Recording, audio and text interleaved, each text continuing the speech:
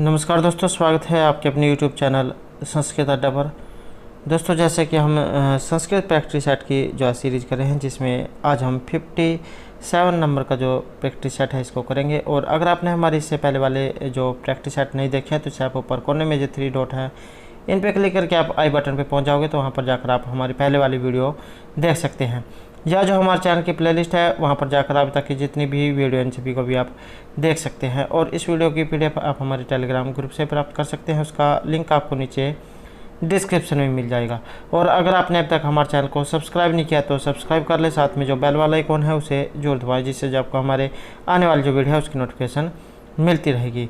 और दोस्तों, वीडियो को लाइक, कमेंट और शेयर जरूर कीजिएगा और हमारे साथ अंत तक बने रहिएगा। ये जितने भी क्वेश्चन सभी एग्जाम की दृष्टि से महत्वपूर्ण रहेंगे, क्योंकि एग्जामों में जो है इसी तरह के क्वेश्चन पूछे जाते हैं और आगे भी पूछे जाते रहेंगे।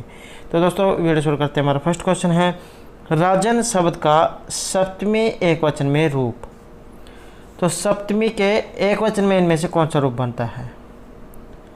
तो यहाँ जो हमारा राइट आंसर है ये रहेगा ऑप्शन सी, रज्ञी। और जो राजनी है ये यहाँ पर सप्तमी जो है इसके एकवचन में बनते हैं।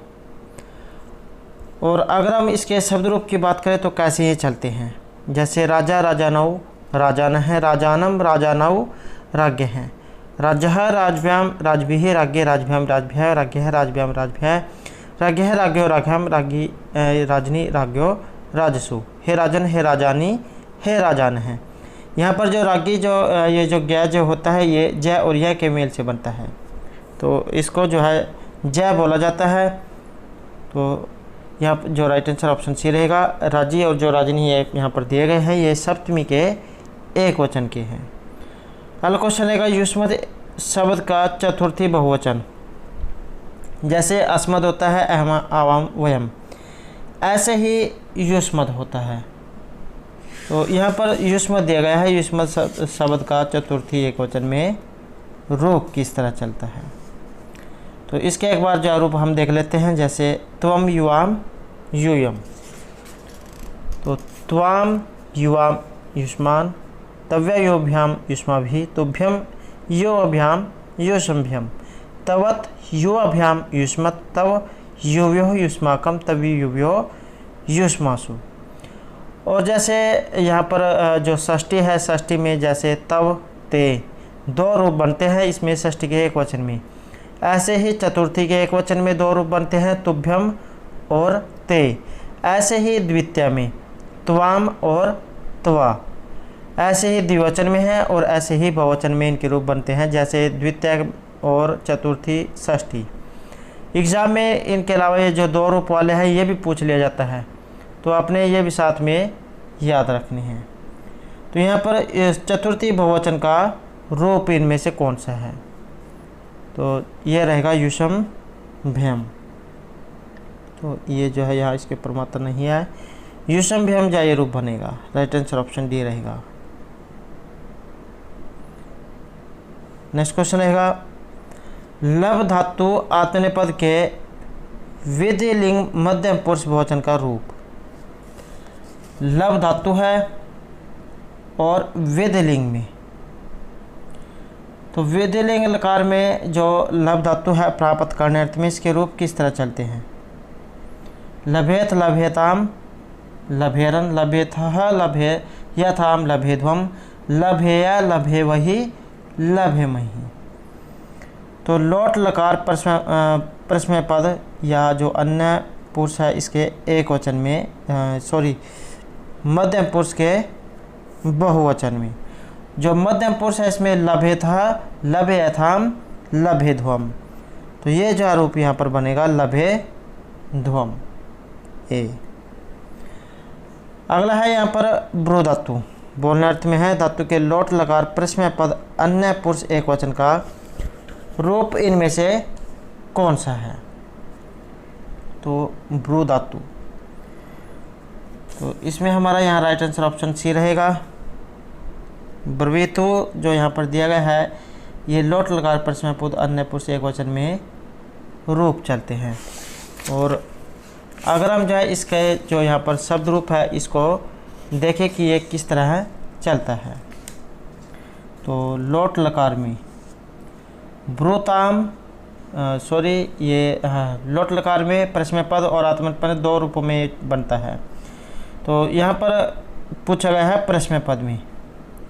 तो ब्रवीतु ब्रूताम ब्रुवंतु ब्रूहि ब्रूतम ब्रूत ब्रुवाणी ब्रुवाव भुवाम। तो इस तरह से यहाँ पर एक वचन में जाइए ब्रवीतु रूप यहाँ पर बनेगा। नेक्स्ट क्वेश्चन है जन धातु। जन का अर्थ होता है उत्पन्न होना। तो जन धातु है यहाँ पर और विधि लिंग लकार उत्तम पुरुष एक वचन में इनमें से कौन सा रूप बनेगा। तो यहाँ हमारा जो राइट आंसर ये रहेगा ऑप्शन डी। तो यहाँ पर अगर हम देखें तो जन धातु विधि लिंग लकार में और उत्तम पुरुष के एक वचन में। तो जायत जायताम जायरन जायथः जायथाम जायध्वम जायेया जायवहि जायमहि। तो इस तरह से जो है जन धातु विधि लिंग लकार उत्तम पुरुष और एक वचन में जो यहाँ पर जाये है ये जो रूप बनेगा। अगला क्वेश्चन है यहाँ पर संधि। तो संधि इसमें किस प्रकार की है। तो यहाँ जो राइट आंसर ऑप्शन सी रहेगा। ये पद विधि और वर्ण विधि दोनों प्रकार से है।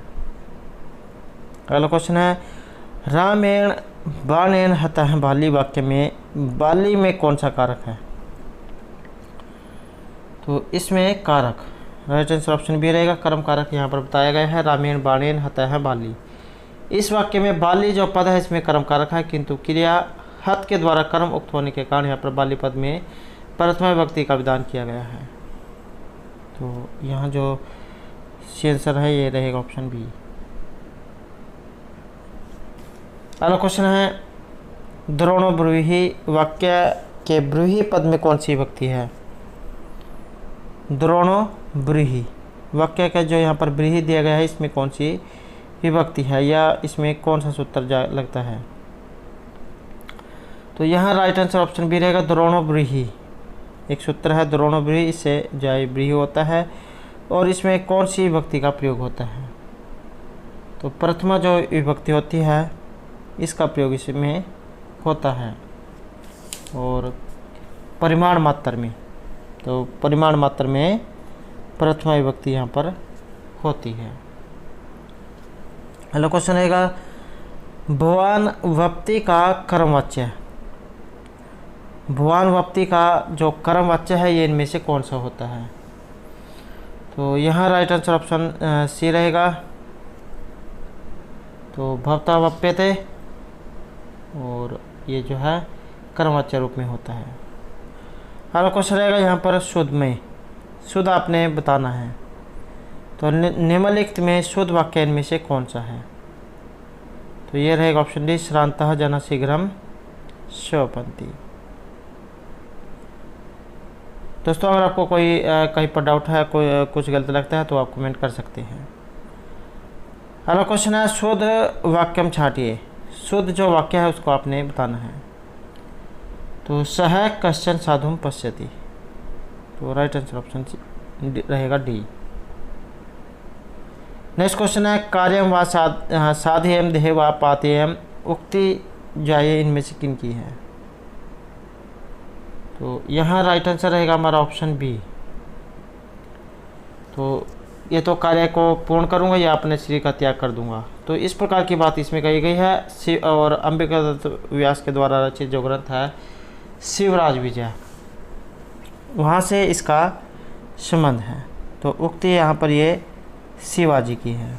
और अगर आपने ये जो शिवराज विजय से संबंधित हमारी पहले वाली जो वीडियो है नहीं देखी है तो इसे आप हमारे चैनल की जो प्लेलिस्ट है वहाँ पर जाकर आप देख सकते हैं। इनका जीवन परिचय और इनके महत्वपूर्ण क्वेश्चन जितने बनते हैं सभी जो हमारे द्वारा उस वीडियो में कराए गए हैं। तो आप वहाँ जाकर देख सकते हैं, क्योंकि एग्ज़ाम में इनके क्वेश्चन भी ज़रूर पूछे जाते हैं। और एक जो एग्ज़ाम है उसमें यह भी पूछा गया था इनकी उपाधियाँ जो है कौन कौन सी दी गई थी। तो अभिनव भान, भारत रत्न, भारत भूषण, घटिका शतक, शतावधान। तो इन उपाधियों से इनको जो है भूषित किया गया था। अगला क्वेश्चन है भारवी के आश्रयदाता राजा। महर्षि जो भारवी है इनको अर्थ गौरव के लिए जाना जाता है। तो इनके आश्रयदाता जो राजा है इनमें से कौन थे? तो ये थे ऑप्शन सी, पुलकेशिन के अनुज को भारवी के आश्रयदाता विष्णुवर्धन के नाम से जाना जाता है। और यहाँ पर जो भारवी है इनका जो ग्रंथ है किरात अर्जुनियम, यहाँ से भी एग्जाम में क्वेश्चन बहुत पूछे जाते हैं। तो इनके द्वारा जो रचित ग्रंथ है किरात अर्जुनियम, 18 इसमें जो सरग हैं और 1030 श्लोकों का इसमें प्रयोग हुआ है। और जो भारवी है इनको आत्मपत्र भारवी के नाम से जाना जाता है। 600 ईस्वी के लगभग इनका समय रहेगा। इनका जो ग्रंथ है ये किरात अर्जुनियम बृहत्रय के अंतर्गत ही आता है। इसमें कौन कौन से होते हैं? किरात अर्जुनियम, शिशुपाल वध और नैषधीयचरित, ये बृहत्रय के अंतर्गत आते हैं। और उपजीव्य ग्रंथ जो है महाभारत का जो वन पर्व है वहाँ से ये लिया गया है। तो इतनी बात जो आपने याद रखनी है। अगला क्वेश्चन रहेगा भारवी इनमें से थे, तो कहाँ के जाए इनमें से थे? तो यहाँ जो हमारा इसमें राइट आंसर है ये रहेगा ऑप्शन ए। महाकवि भारवी जो है दक्षिण भारत के निवासी एवं महाराज विष्णुवर्धन के सभा पंडित थे। तो right answer option A. Next question रहेगा न खलु धीमताम कश्चित विश्व नाम सुक्ति। तो यहाँ पर जो ये सुक्ति जो आई है ये कहाँ से आई है? तो इसका संबंध रहेगा यहाँ पर ऑप्शन डी। न खलु धीमताम कश्चित अविश्व नाम अभिज्ञान शकुंतलम की प्रसिद्ध सुक्ति जो है ये सारंगराव की उक्ति है। तो अभिज्ञान शकुंतलम से इसका संबंध है। और अभिज्ञान शकुंतलम भी जो है ये वेरी वेरी इंपॉर्टेंट है, ये भी एग्ज़ाम में पूछा जाता है। तो यहाँ पर अगर हम देखें इनके ग्रंथ के बारे में, अभिज्ञान शकुंतलम में जो है शकुंतला जो है इनके बारे में वर्णन है। 7 जो है इसमें अंक हैं। श्रृंगार रस की अगर बात करें तो अंगिरस इसमें श्रृंगार है। कुल 24 जो छंद उनका इसमें प्रयोग हुआ है। महाभारत का जो आदि पर्व है वहाँ से इसका जो है लिया गया है। और मुद्रिका चिन्ह के आधार पर इसका नामकरण हुआ है। और इसके जो प्रमुख पात्र है कण्व, सारंगराव, शार्दूल, दुर्वासा, मारीच, मांडव्य, कंचुकी, धीवर, अनसुया, प्रेमदा और गौतमी। मांडव्य जो है ये विदूषक है और एग्जाम में पूछा जाता है कि अभिज्ञान शकुंतलम में विदूषक कौन है या उसका नाम क्या है? तो मांडव्य जो है उसका नाम है।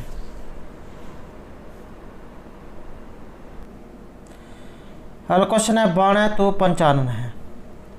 तो यहाँ पर जो ये सुक्ति आई है बाण है तो पंचानन है, ये इनमें से सुक्ति किसने कही है? तो ये रहेगी यहाँ पर ऑप्शन ए चंद्रदेव ने। तो चंद्रदेव के द्वारा युक्ति कही गई है बाण है तो पंचानन है। अगला क्वेश्चन है ज्ञानलव विदग्धुर ब्रह्मा पिन्नरमना रंजती, इस पद में अलंकार कौन सा है? तो यहाँ हमारा राइट आंसर रहेगा ऑप्शन ए। तो नीति शतकार महाकवि भर्तृहरि की प्रस्तुत जो सुक्ति है इसमें अतिशयोक्ति अलंकार का प्रयोग हुआ है। और अलंकारों से भी जो है एक क्वेश्चन एग्जाम में जरूर आ जाता है। और अगर आपने ये जो अलंकार और छंद इनसे संबंधित हमारी पहले वाली वीडियो नहीं देखी है तो इसे भी आप हमारे चैनल की प्लेलिस्ट में जाकर देख सकते हैं। छंद और अलंकार जो हमारे द्वारा वहाँ पर उस वीडियो में कराए गए हैं, तो आप वहाँ जाकर देख सकते हैं। अब बात करें यहाँ पर अतिशयोक्ति अलंकार की। अतिशयोक्ति बड़ा चढ़ाकर किसी बात को कहा जाना।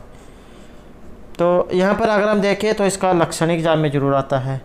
सिद्ध तवे अध्यवसाय अतिशयोक्ति विनिगतते ही, अर्थात जहाँ उपमेय में उपमान का आरोप निश्चित हो, सिद्ध हो, वहाँ पर अतिशयोक्ति अलंकार होता है। और ये जो है इसका लक्षण वेरी वेरी इंपॉर्टेंट रहेगा।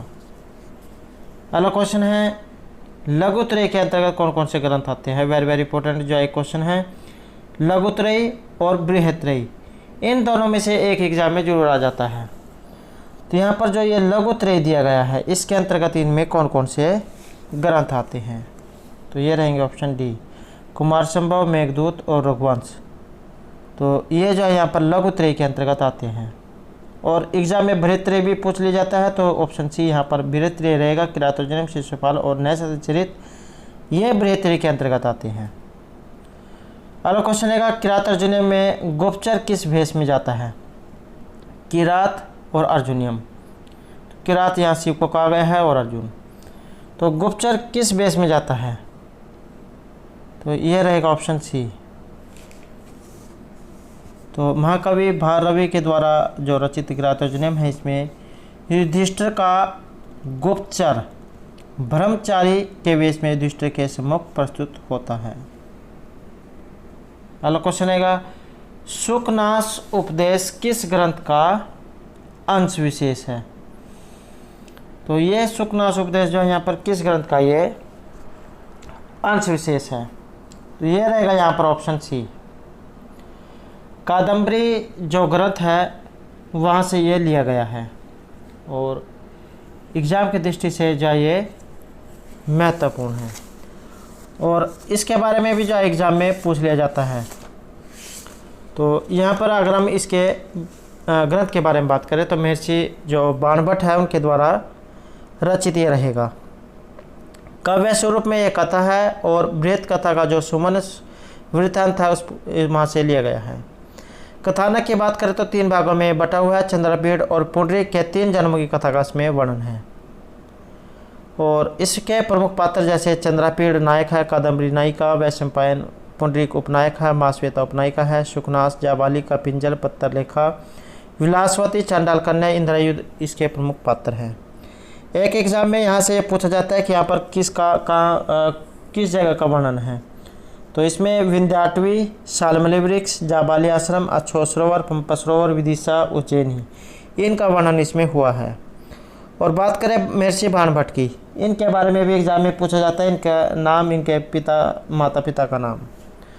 तो जो बाणभट्ट है इनके पर पितामह का जो नाम है ये पाशुपत है, पितामह अर्थपति है, पिता चंद्रभानु और माता राजदेवी है। कृतियाँ इनकी कादम्बरी और हर्षचरित रहेंगी। और एक एग्जाम में ये भी क्वेश्चन पूछा जाता है कि इनको उपाधि कौन सी दी गई थी?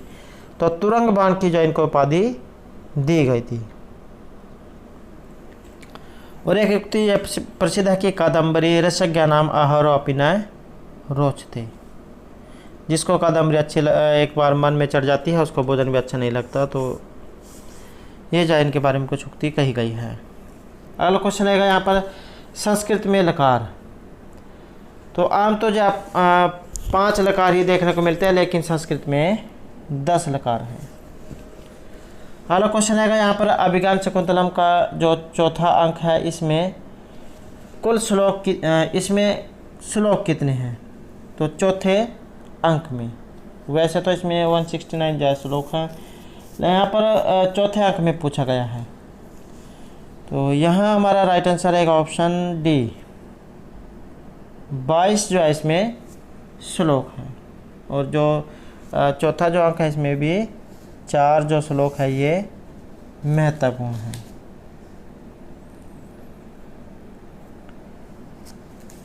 नेक्स्ट क्वेश्चन रहेगा यहाँ पर, शिशुपाल वध महाकाव्य की कथा वस्तु।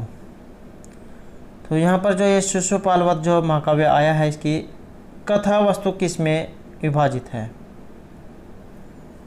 तो यहाँ हमारा राइट आंसर रहेगा ऑप्शन बी। तो महाकवि माघ के द्वारा रचित है, और इसकी जो कथा वस्तु है ये सर्गों में है। और इनके बारे में भी जो हम थोड़ा सा जान लेते हैं। तो इसके जो प्रणेता है ये महर्षि माघ है, और इनके बारे में भी एग्जाम में इनका जो काव्य है इनके बारे में भी एग्जाम में बहुत पूछा जाता है। तो बात करें महर्षि माघ की, उपनाम इनका जो है घंटा माघ रहेगा। पिता का जो नाम है ये दत्तक सर्वाश्रय है। पितामह का नाम सुप्रभदेव है। स्थिति इनकी बात करें तो 675 ईस्वी के लगभग है। जन्म स्थान इनका रहेगा भीनमाल, राजस्थान की सीमा पर है। और यहाँ पर जो ये शिशुपाल वध है इसमें 20 सर्ग हैं और 1650 इसमें श्लोक हैं। बृहत्त्रय युग के अंतर्गत ये आता है। नायक इसमें श्री कृष्ण है और प्रतिनायक शिशुपाल है। उपजीव्य जो है यहाँ पर श्रीमद् भागवत का जो 10वां स्कंद है इसमें 74वां अध्याय, और महाभारत का जो सभा पर्व है उसका 33 से 45 तक के अध्याय का इसमें वर्णन है। रस की बात करें तो वीर और श्रृंगार हास्य आदि इसमें रस रहेंगे। शैली एवं गुणों की बात करें तो अलंकारवादी शैली और माधुर्य गुणों की इसमें अधिकता देखने को मिलती है। और वर्णन विचित्र की बात करें तो द्वारका व समुद्र वर्णन, देवता पर्वत, षड ऋतुओं का वर्णन, जल क्रीड़ा वर्णन, प्रभात वर्णन, पान गोष्ठी एवं सभा वर्णन, युद्ध वर्णन इसमें हमें देखने को मिलता है। महाकाव्य का जो आरंभ है ये श्री शब्द से होता है। ये एक क्वेश्चन एग्जाम में पूछा जाता है कि यह कौन सा काव्य है जिसका आरंभ श्री शब्द से होता है, तो ये शिशुपाल वध रहेगा। तो ये जो इसके बारे में कुछ महत्वपूर्ण बातें थी, जानकारी थी, तो ये आपने याद रखनी है। अगला क्वेश्चन है यहाँ पर होत्री प्लस ऋकार है। तो होत्री प्लस ऋकार में कौन सी संधि है, तो यहाँ पर किस संधि का प्रयोग हुआ है? तो यहाँ हमारा राइट आंसर है ऑप्शन डी। दीर्घ जो संधि है उसका इसमें प्रयोग हुआ है। होत्री प्लस ऋकार, होत्रिकार। और अकस्वर्ण दीर्घ एक सूत्र है, इससे दीर्घ होता है। ये क्या करेगा? अक, अ ई उ री और री से स्वर्ण अचपर्य होने पर पूर्व पर के स्थान पर दीर्घादेश ये करता है। जैसे श्री प्लस ईशा श्री से हैं, विष्णु प्लस उदय हैं विष्णुदय हैं, होत्री प्लस ऋकार है होत्रिकार हैं, दंड प्लस अग्रम दंडाग्रम, मधुदकम मधु प्लस उदकम। तो इस तरह से ये अपने याद रखनी है। अगला क्वेश्चन है यहाँ पर अभिता या सर्वता के योग में कौन सी विभक्ति होती है? अभिता या सर्वता के योग में, तो इनके योग में जो द्वितीय जो विभक्ति है इसका प्रयोग होता है, और ये भी जो एग्जाम में आता है। और कौन सा सूत्र इसमें लगता है? अभिता प्रत्यय समय निक्षा वाह प्रतियोगे। तो अभिता चारों ओर, प्रत्यय सब और, निक्षा समीप, हा प्रति और या तरफ। तो इनके साथ जो द्वितीय जो विभक्ति है इसका प्रयोग होता है। जैसे निरुपम अभिता है प्रत्यय व, करामम समय निक्षा व, दिनम प्रति दया करो, हा नास्तिकम या ईश्वरम न मन्यते। और अगर आपने हमारी जो कारक से संबंधित पहले वाली वीडियो नहीं देखे तो इसे भी आप हमारे चैनल की प्लेलिस्ट में जाकर देख सकते हैं। कारक के जितने महत्वपूर्ण उदाहरण हैं वहाँ पर उन वीडियो में हमारे द्वारा कराए गए हैं, तो आप जो है वहाँ जाकर देख सकते हैं। अगला क्वेश्चन रहेगा हितम मनोहारी च दुर्लभम वचन है। हितकारी और मनोहर वचन दुर्लभ होते हैं। यह ग्रंथ में किसकी उक्ति है? किरात अर्जुनम से ये लिया गया है। अब जो ये उक्ति इनमें से किन की है? तो ये रहेगी यहाँ पर ऑप्शन डी, किरात अर्जुनम से ली गई है और भुवनेश्वर की ये उक्ति है। भुवनेश्वर जो है यहाँ पर शिव जो है रहेंगे। अगला क्वेश्चन है निम्नलिखित वाक्य में कौन सा वाक्य शुद्ध है? तो इनमें शुद्ध कौन सा है? ये रहेगा यहाँ पर ऑप्शन सी, बालकाः अध्यापकात् पुस्तकानि पठन्ति। अगला क्वेश्चन है बालकाय मोदकाः रोचन्ते में बालक की संप्रदान संज्ञा इनमें से करने वाला सूत्र कौन सा है? तो यहाँ जो हमारा राइट आंसर है ये रहेगा ऑप्शन बी। रुचि अर्थ में यहाँ पर जो है चतुर्थी जो विभक्ति है उसका प्रयोग हुआ है। रुच अर्था नाम प्रियमाण है, ये सूत्र यहाँ पर काम करता है। रुच धातु के अर्थ वाली धातु के योग में या प्रश्न होने वाले जो शब्द है इसके योग में संप्रदान कारक होता है, उसमें चतुर्थी विभक्ति होती है। जैसे शिशवे कृणकम रोचते, बालकाय मोदकम रोचते। तो जहाँ पर ये रुच धातु दी गई होगी आपने ये ध्यान रख लेना है, जहाँ पर रुच धातु दी गई होगी वहाँ पर चतुर्थी विभक्ति का प्रयोग होता है। अगला क्वेश्चन है यण संधि का उदाहरण। यहाँ पर यण जो संधि है इसका उदाहरण इनमें से कौन सा है? तो ये रहेगा यहाँ पर ऑप्शन सी, गुरु आदेश है, गुरुवादेश है। और अगर आपने संधि वाली वीडियो भी नहीं देखी है तो उसे भी आप हमारे चैनल की जो प्लेलिस्ट है वहाँ पर जाकर देख सकते हैं। अगला क्वेश्चन रहेगा परसुप्तस्य एव दयिते तृष्णा दीर्घस्य चक्षुषः मरम छेद उपमेय यत्न सन्निकर्ष निरुद्धते। तो यहाँ पर जो ये श्लोक है इसमें अलंकार कौन सा है? तो यहाँ हमारा राइट आंसर रहेगा ऑप्शन ए, उपमा जो अलंकार है उसका इसमें प्रयोग हुआ है। और जो उपमा अलंकार है इसका लक्षण एग्जाम में आ जाता है, जैसे प्रस्फुटम सुंदरम साम्यम उपमा अभिधीयते, यह इसका लक्षण है। अर्थात स्पष्ट रूप से कथित सुंदर साम्य को उपमा कहा जाता है। इस लक्षण में प्रयुक्त साम्य का अर्थ सदृशता है। यह साम्य क्रिया गुण और गुण क्रियागत भेद से 3 प्रकार की होती है। तो यह आपने जो लक्षण याद रखना है, प्रस्फुटम सुंदरम साम्यम उपमा अभिधीयते। लक्षण जो इसका रहेगा क्षणात् प्रबोधम आयाति लंघते तम से पुनः निर्वास्यत प्रदीपस्य शिखे जरतो मति, ये उपमा अलंकार का लक्षण है। और जो श्लेष है इसका ये भी जो एग्जाम में आ जाता है, श्लेष्ठि पदई अनेक अर्थावधानी श्लेष, इससे थे तो ये जो है श्लेष अलंकार का है। और इसका उदाहरण रहेगा प्रतिकूलताम उपगते ही विधौ विफल त्वमेति बहुसाधनता अवलंबनाय दीन भर्तृभुवन प्रतिशत कर सहस्त्रमपि। तो ये जो है श्लेष अलंकार का है। अगला क्वेश्चन है अय कठोर यश है केलते प्रियम, ये जो कथन है ये इनमें से किन का है? उत्तर रामचरित से ये लिया गया है। तो यहाँ जो ये कथन है ये इनमें से किन का है? तो ये रहेगा यहाँ पर ऑप्शन बी। तो ये जो है यहाँ पर वासंती का कथन रहेगा। अगला क्वेश्चन रहेगा यहाँ पर नारिकेल फल समितम वचन है, नारियल के जो फल है उसके समान वचन इनमें से किस कवि के हैं? तो इसके लिए किस कवि को जाना जाता है? तो ये रहेगा यहाँ पर ऑप्शन बी, महर्षि भारवी जो उनको अर्थ गौरव के लिए जाना जाता है। और उनके जो वचन जो है ये नारियल की तरह है, जैसे नारियल बाहर से कठोर होता है और अंदर से नरम होता है। अगला क्वेश्चन है औदकांतम स्निग्ध जना अनुगंतव्य इति श्रूयते, यह कथन इनमें से किसका है? तो ये रहेगा यहाँ पर ऑप्शन सी, सारंगराव का। तो औदकांतम स्निग्ध जनो अनुगंतव्य इति श्रूयते, तो ये जो कथन है सारंगराव अर्थात जो कण्व शिष्य है उनका है। अगला क्वेश्चन आएगा निरंतर बाल कदली में निरंतर जो यहाँ पर दिया गया है इसका अर्थ क्या होता है? तो ये रहेगा यहाँ पर ऑप्शन सी, सघन से, सघन या जो रंध्र रहित जो होता है ये इसका अर्थ होता है। अगला क्वेश्चन है वधु द्वितीय का अर्थ।